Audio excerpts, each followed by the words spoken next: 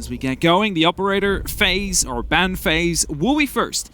And Soniqs get the choice of the first attacking operator. Now we might see some of the heart breach removed again. No, it's the Thatcher for now. And that means that it is going to be just a little bit harder to open the hatches, but not impossible. Yeah, it becomes trickier, but it's one of those, I guess we have such a great pool of bank data to pull from. It's not one of the biggest impact plays in terms of controlling all of the places. You said hatches, sure, you still have teams that go for the default takes, but most teams are going for these bigger plays. Talking of, NiP removing the Nook, getting that off the board. Not really a huge play from the pockets of Soniqs too recently. No, I mean, they have played it, just not really to much effect so far in D major. And as the next ban is about to be coming in, it's a defensive one.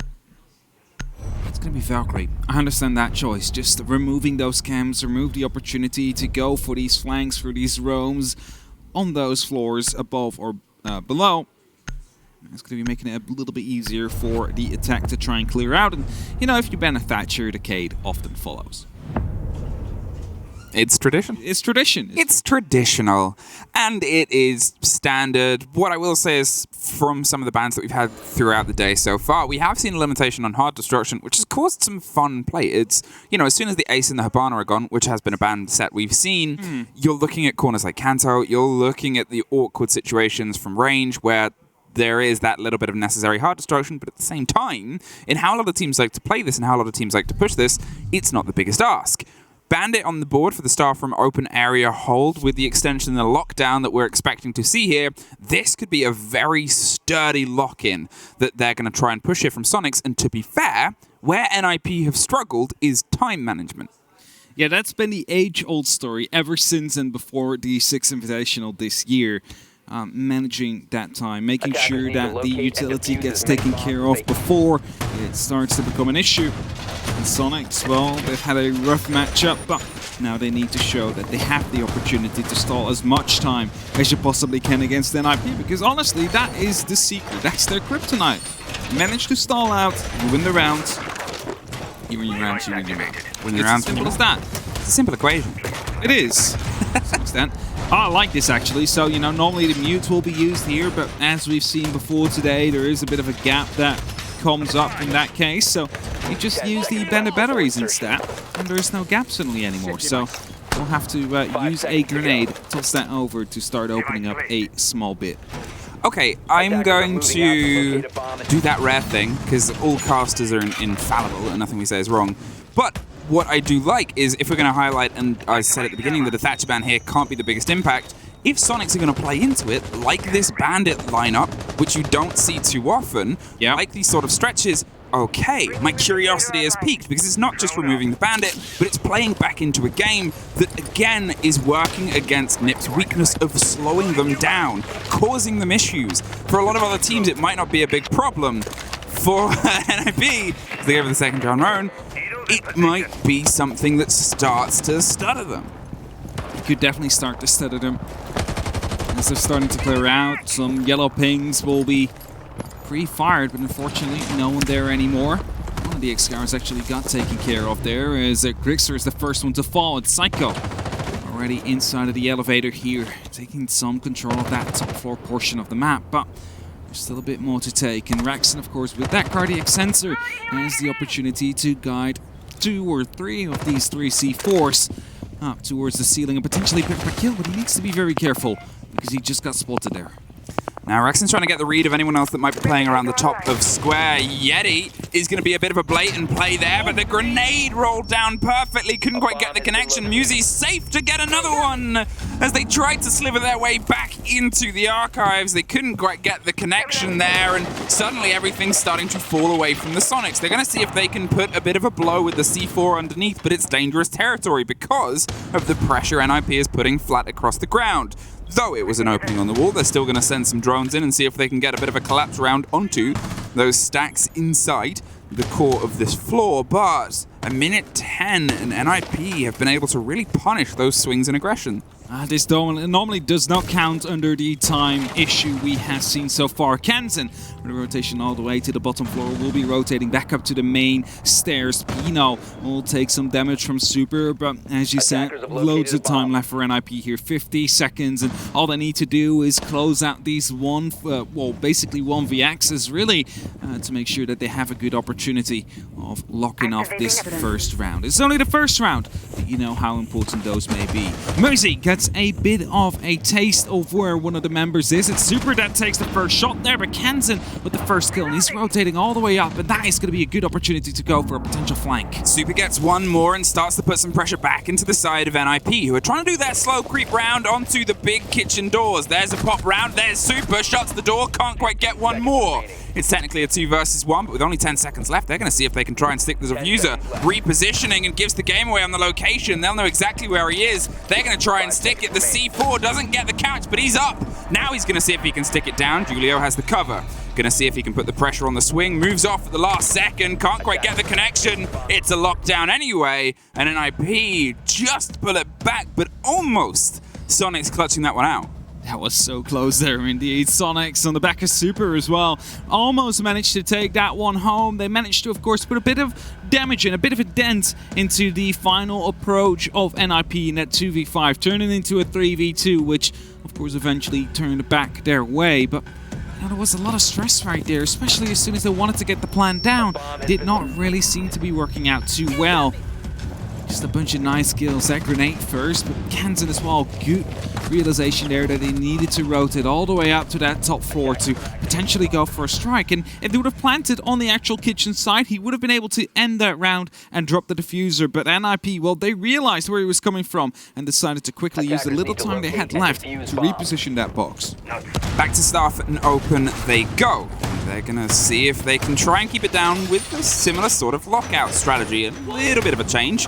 Obviously, Rexon on the alibi is going to try and cause some problems in the spray of things. But to be fair, you know, now it's just a matter of seeing if they can reposition their early moments. If they cannot suffer from the pace that was applied by Psycho up the main stairs on the spiral sort of turn, that as an early blow without any sort of contestation or any sort of bite back, it's just a strange... Okay, it's not a strange loss, but it's a strange positioning to be that as the first drive. For sure. And the Soniqs, they just continue strongly, so that they are going back to the same site. Something we really haven't seen too much yet today. Normally, as soon as a site was lost, teams decided to, all right, time to continue the rotation like we would have won it. And that would be it, but Soniqs deciding to go for a similar approach here. Same site, same bandits, for example, being put down. All they just need to make sure of is that this time they don't lose 2 of these players this early on. Well, Grixa is playing to a little bit of safety here on the back of the staircase, but hey, look at that.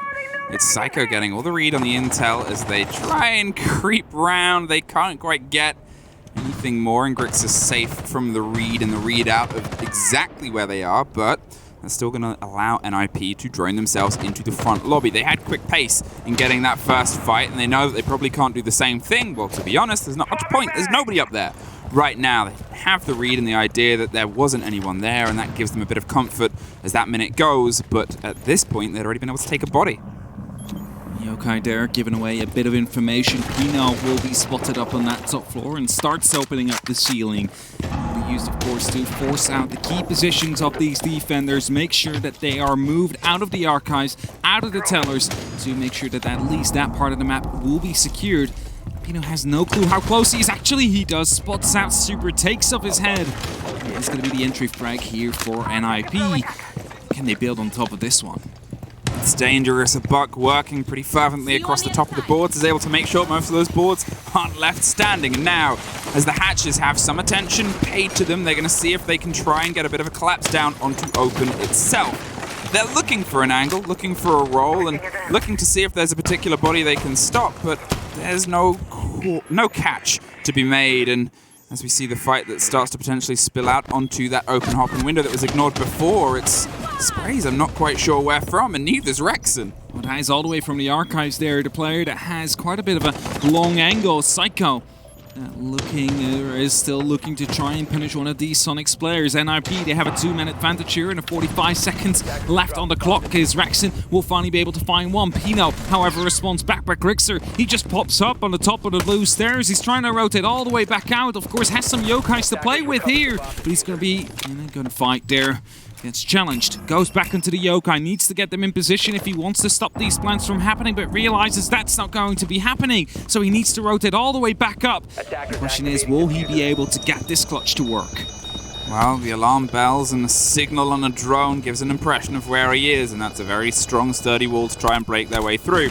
Pops a pre-fire and catches Psycho for the trouble, but there's still 2 more players, and these 2 aren't going to hand themselves over so easily. They're on the back far side, and as flashes start to roll around to just waste a little bit more time, they know where he is. They know the game that they need to play here. 19 seconds that ticks closer and closer, but not much closer as Julio locks it off. A healthy long angle there through the Prisma even. What an accurate amount of shots there. It didn't even hit the hologram there. Just managed to get in through that little gap between them and the bomb site. And with that, secure NiP their second round. Onto the attack, mind you, because we've seen some attack-sided maps here today. NiP will continue that trend in that case. The question, of course, will be, how will their defense be on this map? LATAM is a map, or a region rather, that used to play this map so often back in the day, right? Right before the rework. They absolutely loved this map. And is that coming into fruition now? Is all that experience that they had back then just being rekindled up to this international stage here, where, well, currently their attacks seem pretty strong. Soniqs not really able to do much about it. We said it before, like, time management should be the issue of NiP, but with 45 seconds left every single time, they start to execute with a 2 or 3 minute advantage, so it goes quite well. Okay, Soniqs, things have started to slip away from you, but it's still early doors, it's still early in the game, and it's still Banger, which has lent itself well to attackers. In fact, most of today, unless it's been a sweep and a stomp, has generally been steady statistical standards of attack has done well, and I think that's sort of the curiosity of this meta, is we used to once upon a time say that the defenders were in the generally meta spot, especially in these matchups where it's all built around knowledge and all built around fodder view. But at this minute, because of that sort of bias and basis, attackers have such a good stead right now. It's definitely seeming to be a bit more attack-sided nowadays than compared to in the old days, of course, where the defense would really have to get 4 rounds and a half, or otherwise it would have almost been certain already that they would have lost that game. It's a bit more fluid now. Some teams are truly attack-sided, some teams are truly defense-sided. Some, of course, have a healthy mix in the middle. Are often the teams that manage to do quite well on the international stage, because then everything does not rely on that singular help. That's a jump out! Yeti that gets Julio. Instantly gets traded out by Pino, however. So a 4-on-4. However, you have lost your Heartbreach. You have lost the X-Scarlets that you can no longer use. Yet he took a gamble, took a sort of potential, and to be fair, now's the moment, now's the time. 2 rounds have gone away from you, start to try new things, live a bit dangerously. It's his first kill on the board, and it was one of the things where we sort of came into this with the conversations with the NA casters, is a big problem that Soniqs face is Yeti and Rexon not quite having the consistency. On the game days they show up, it's huge. On this sort of setup, it's tricky.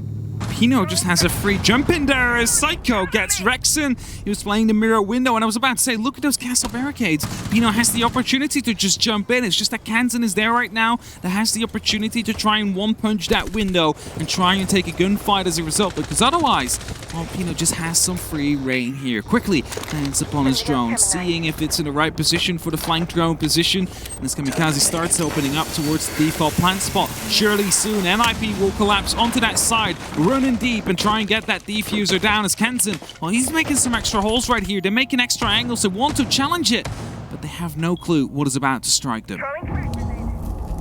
Bit of a breathing moment here for NiP as they find themselves able to pull a couple of bodies back into their favor, obviously, after what was a pretty aggressive jump out at the beginning, but still, it's something that scarpers the progress, which could lead to negative results. It's the thing I sort of said about Bandit earlier, where if they're trying to slow down NiP, potentially breaking that game and that medal and mantle that they love to forge into success could be the thing that makes the wheel a little bit wonky and not quite run as straight to the finish as it wants to.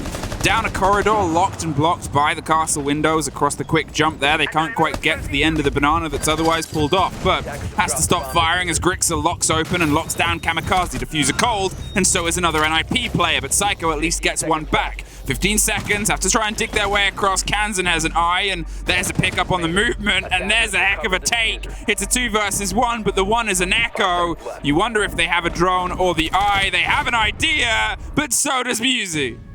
Managed to get it in the end there. I was going to say Super in a crucial position, able to rotate back into the Janitor, has that mirror window to play with to shut down any plant attempt that might have been coming down. And after that, we saw that punch as well to come through from the Aruni onto the castle barricade, just to make sure that it was going to be Pino to be punished for it. And yet somehow NiP, they managed to make it work. They managed to get the kills through as quickly heading through those replays. That is how they cleared out Janitor at the start. That is how Pino managed to be picked up, and somehow it was NiP that was still able to bring it back around. Win the round, and with that put themselves up 0-3. Now the Soniqs, they will be heading down towards that bottom floor, a site that, according to some teams, is not really as viable anymore as it used to be back in the day. Not because of the changes that really happened, because of the meta that has shifted.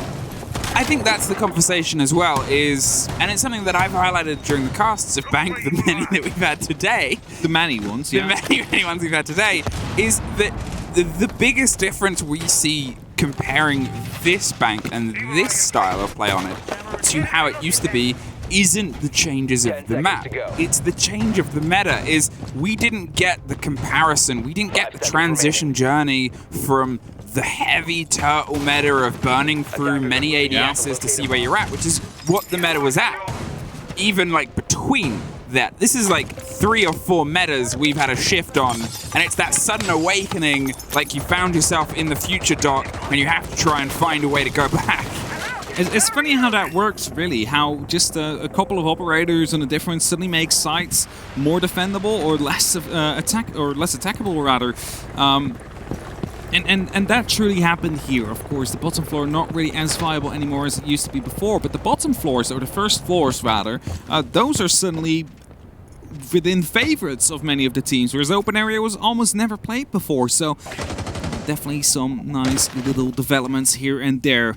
Rexon, in the meantime, however, he's looking to go for that first gunfight onto the top of square.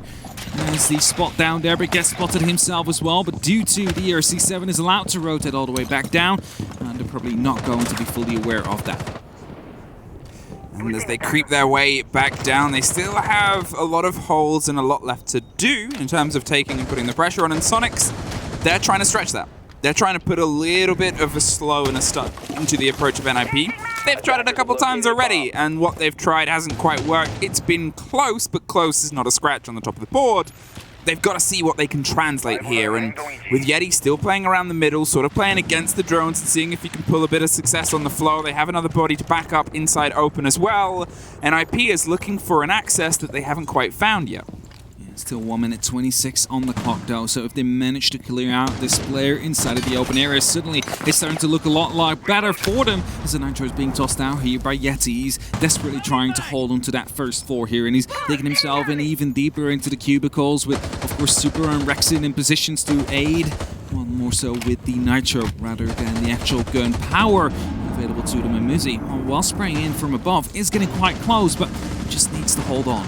Pino gets the opener, and Julio follows it up with one more, and that suddenly cuts a lot of the hold in, because it's not just what they've got above, but the pressure that might be coming down from below. Rexon is trying his best to put some suppressing fire back down and does a lot of damage to Julio, but look, NiP is stacking up more success, more bodies, and more possibility of danger. It's a man in a corner with a lot of LATAM around, finds one, drops down and tries to dig in just for one more, but They're on every single side. They are in the walls, and there is nowhere to go, and Super suddenly finds himself with a lot of silence. There's a couple of 100 rounds used there to try and take care of Rexon, but he got him in the end, and now they will be well aware of the fact that he's right behind the mirror window. That was actually not a Yana replicator. That was the real deal. Just shot a couple of bullets in it. Did not expect it to be the real one. Had a bit of a tough day, and to be fair, in terms of the group, the storyline that you sort of build in with them is they are still a very young team.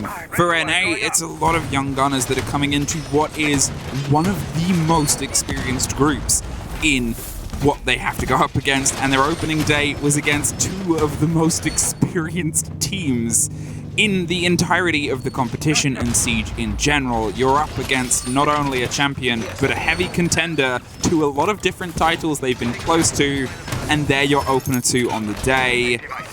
It's tricky for anybody, and as a team that had your first international experience recently and took it as a learning experience, which is what you do, took a map against the eventual champions, which is fantastic, it's still a very tough first day. It's definitely a tough first day to go up against a favorite and that champion.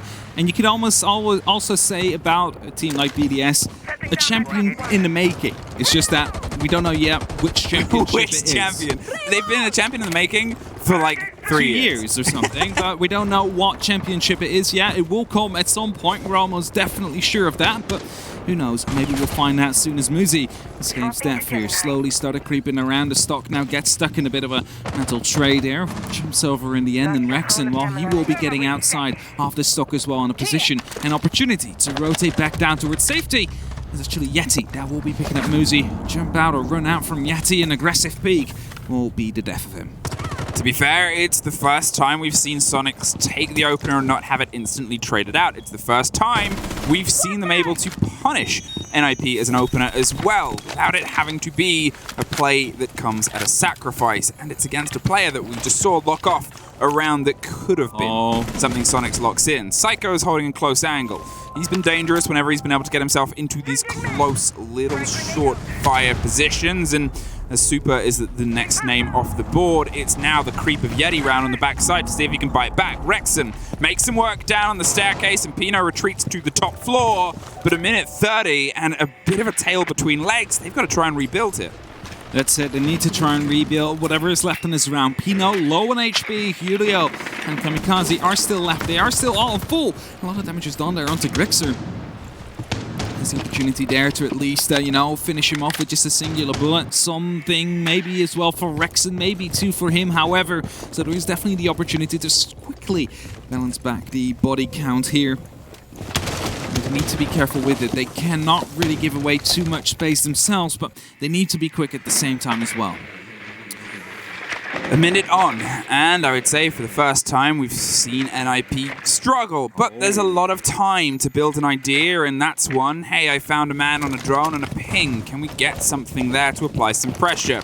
It puts them in an idea, and an idea can build to some momentum, and that is the drive that they're potentially going to hit next. Opens up an angle, and they rotate as they're going to potentially hop down to the little window on the open swing. It gives them a pinch and gives them some pressure that they can apply to where that bandit was. However, he has since drifted off, and Kamikaze is actually the one to lock it off. Creeps towards the kitchen door, ready to swing around forevermore, but there's still work to be done. A close nitro doesn't quite net what they want, and as the pings start to come through NiP, it's now or never.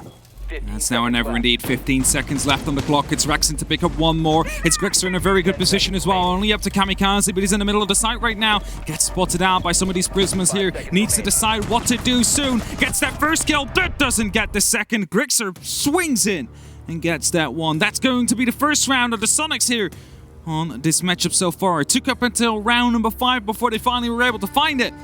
But it is definitely a good start, and that is something that might save them in the long run. You never know how that second half is going to be playing out. At least they will not be fighting for overtime throughout the entire half and have an opportunity to win it in regulation. Never know.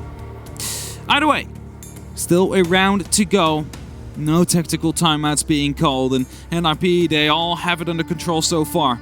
The executive lounge in the CEO office will be coming up next here for the Soniqs. And NiP, well, they just have to attack that top floor again. They successfully did so once before, but you have to say it was a bit of a clutch almost. Because Super, he was in a good position to stop it from happening. The planter got denied at the very first moment, but somehow they managed to turn around a 3-on-2 situation into a 2-on-1 in just a matter of seconds. They, of course, managed to close that out as the scoreline managed to increase in their favor. And round number 6 will be another opportunity here for NiP to try and get that 5th round in. And Soniqs, well, they want to try and salvage whatever is left and, you know, practice some damage control. Can Soniqs replicate what they did before and at least pull a 2nd round before they have to try and put the pressure onto Bank here? And if I'm going to sort of cite Bank as a map and the history that it holds, it was always a great Latin America map. It was always a big map for the region. It definitely was. A lot of people actually just, you know, when they heard Bank, they were like, Latin America. Like, that's it. It's just Latam. It's their map. And, well, they would like to continue that. You can almost say, just like when Chile was introduced to the map, it would be considered an NA map during the 6th invitation, up until the very final moments, of course, in the very final few games. NiP, however, putting up some pressure here. A lot of utility is being picked up by ADSs. There's 3 next to the window. I'm wondering how many of those got destroyed. Just 2 of them. And the window will stay put for now. And the ADS has reactivated again. Psycho hears that. He knows there needs to be another throwable if they want to get rid of that one. Huge amount of utility for not a huge amount of game, unfortunately, there. They tried to burn everything in the castle that they could, but the grenade didn't quite catch underneath. Rolled a little bit too far away from those windows to drop it. Rexon, he slips away, but not very far as he's picked up by the drop of Musi. There was the overreach and overarch of Soniqs, and it couldn't quite connect with what was a lockdown from NiP in terms of the intel across the board underneath. They tried to be a bit sharp and a bit aggressive, but unfortunately for them, NiP were aware of this play and now have that square control. Keep in mind the grenades we had during the last round as well were able to pick up the Amira player inside of the janitor, so that is something Soniqs needs to be well aware of. That might be one of those default grenades that NiP will be trying to attempt to yet once more clear out that area as Kanza is being spotted down there and actually gets tagged up just ever so slightly as well. It's Pino that is still active on that window. The exothermic will go off and Kamikaze, he knows that there's going to be an opportunity to plant soon as they have the janitor under control. Kanzen suffers a little bit more, but he is not entirely out, just quite injured. As the burn starts to come towards the back line of Yeti, he knows smart enough to move away from the potential of the grenades. As we said, they have that square control, and that is the box that they're going to see if they can open up across the site from this side. Kamikaze is in a position where he wants to try and swing behind the bulletproof chassis, but where Super is with the chance of a swing, it's dangerous. Pino's able to just pick up Yeti by swinging along the windows, and that backline's gone, but Kanzen finds one before dropped, and now it is just the single player of Grixa. The Echo has been able to retake the potential of the mantle, but he was the last standing last time, and, well, it was a similar sort of result there. Locked off by NiP to find themselves a 5-1 half. Didn't even have to enter the site. They were just all around it, holding the angles, just waiting for the Soniqs to go aggressive, to start bringing these peaks and these gunfights towards them, and they just outgunned them as a result. 5-1 is the current split here for NiP, and well, they will be more than happy with that one. Heading into round number 7 now. They will be on the defense themselves. You can take a gamble which site we go to first. It will be the first floor site. It will be staff and open area. We're not going to that basement. Not yet, at least. We might see it a little bit later on. Well, Soniqs, what can you do on the turn of the half? Do you have more in your attack pockets on this bank to be able to put some damage down? Because it hasn't been great. And that's tough and it's tricky because they have been trying things. They have been going for adaptations and they were attempting stuff and it just wasn't quite connecting. NiP, whether it was the drive of the intel, as you said, the gun skill has generally been something that this map and this game has lent more into NiP's favor across a server that generally has a lot of great gunners on both teams. The duo for Soniqs of Rexon and Grixa that has driven a huge amount of their play throughout NAL, they haven't quite been able to dig into this. But that's it, right? Just look at that last round as well. There's just Pino that is just holding a window and is able to catch up 2 or 3 different players from just that single window by holding these angles. How do you challenge that? You need to go for a pre-fire in that case, but you need to be so accurate, because if you miss that pre-fire, you are going to get your head removed from your body there, and that's exactly what makes Pino this great fragger on the side of NiP so far. That is why they are currently leading 1-5, not just because of him, but because of the entire team really showing up when it's necessary.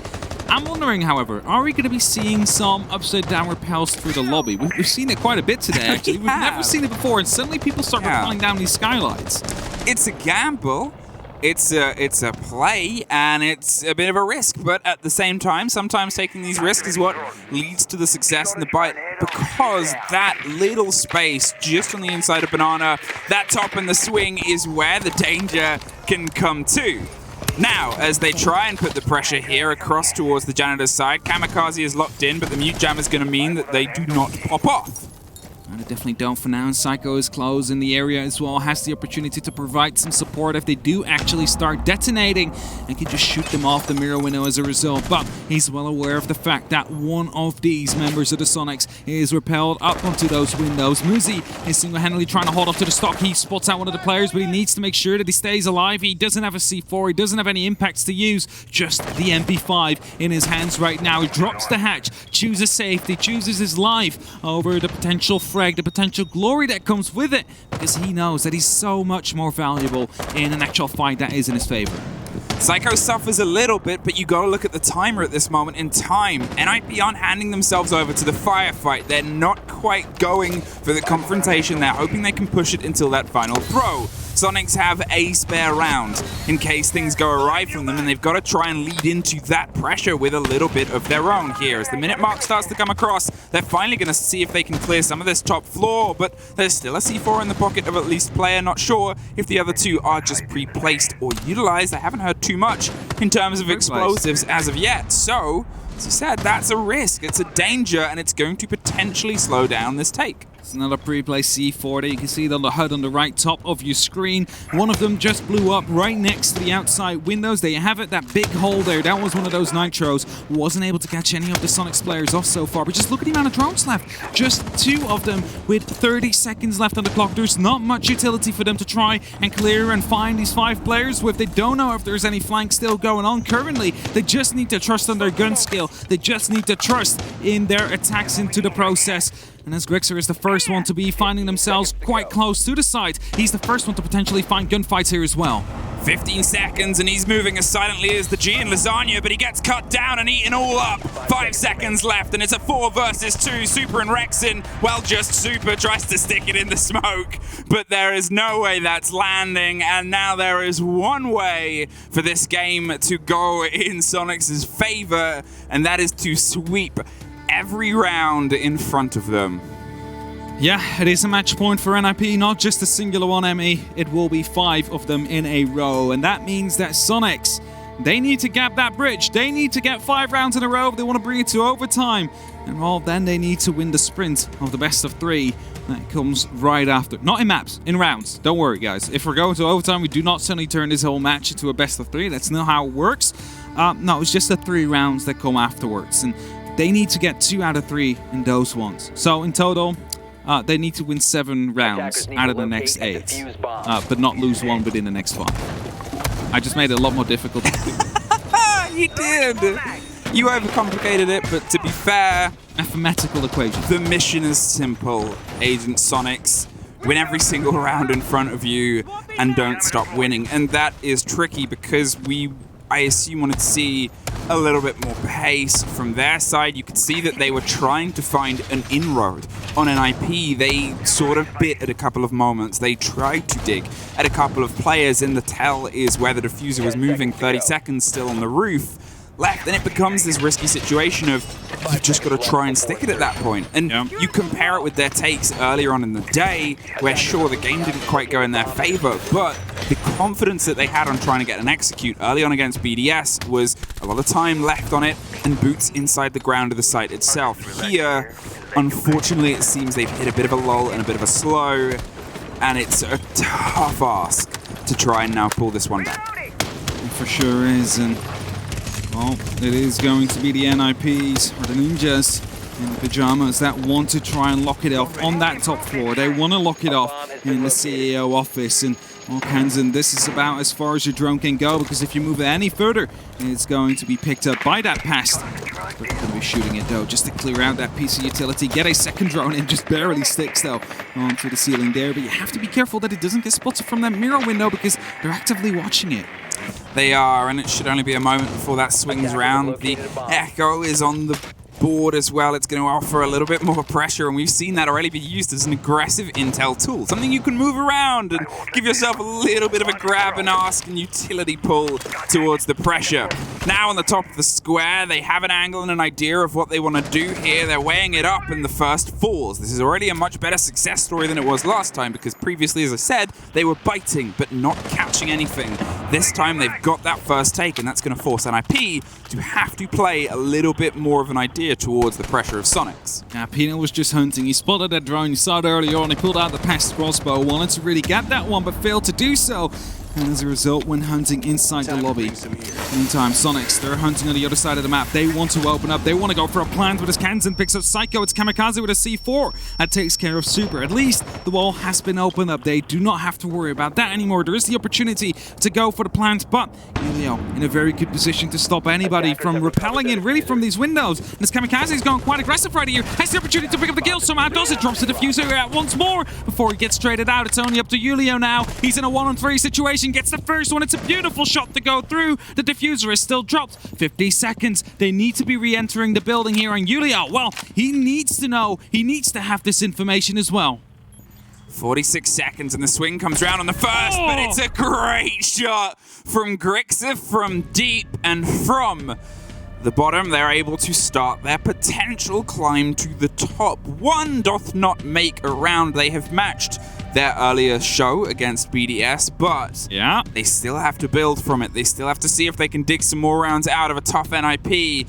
It's a start. Can they add more sentences to a story potentially of some success? That's it. They're turning over the page here, trying to continue writing up until the next chapter that will start tomorrow. Well, that could have either gone either way, really. That gunfight where Grixa repelling in, they had the information. Julio had the information. If that gunfight would have gone his way, suddenly it's a 1-on-1, and the last member is also outside, doesn't have the diffuser, 20 seconds left, and that is suddenly turning into quite a grim story for the side of the Soniqs. We're not going to the top floor yet once again, though. NiP, they're deciding to bring it to the archives, and the tellers deciding to continue their rotation instead of running it back, something Soniqs did just before this. Okay, Soniqs, taking a round, second of the game, your fourth of the day.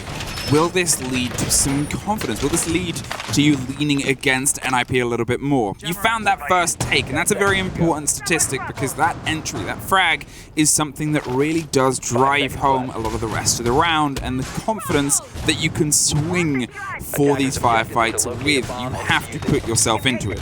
Otherwise, you'll quickly get taken out. You will indeed.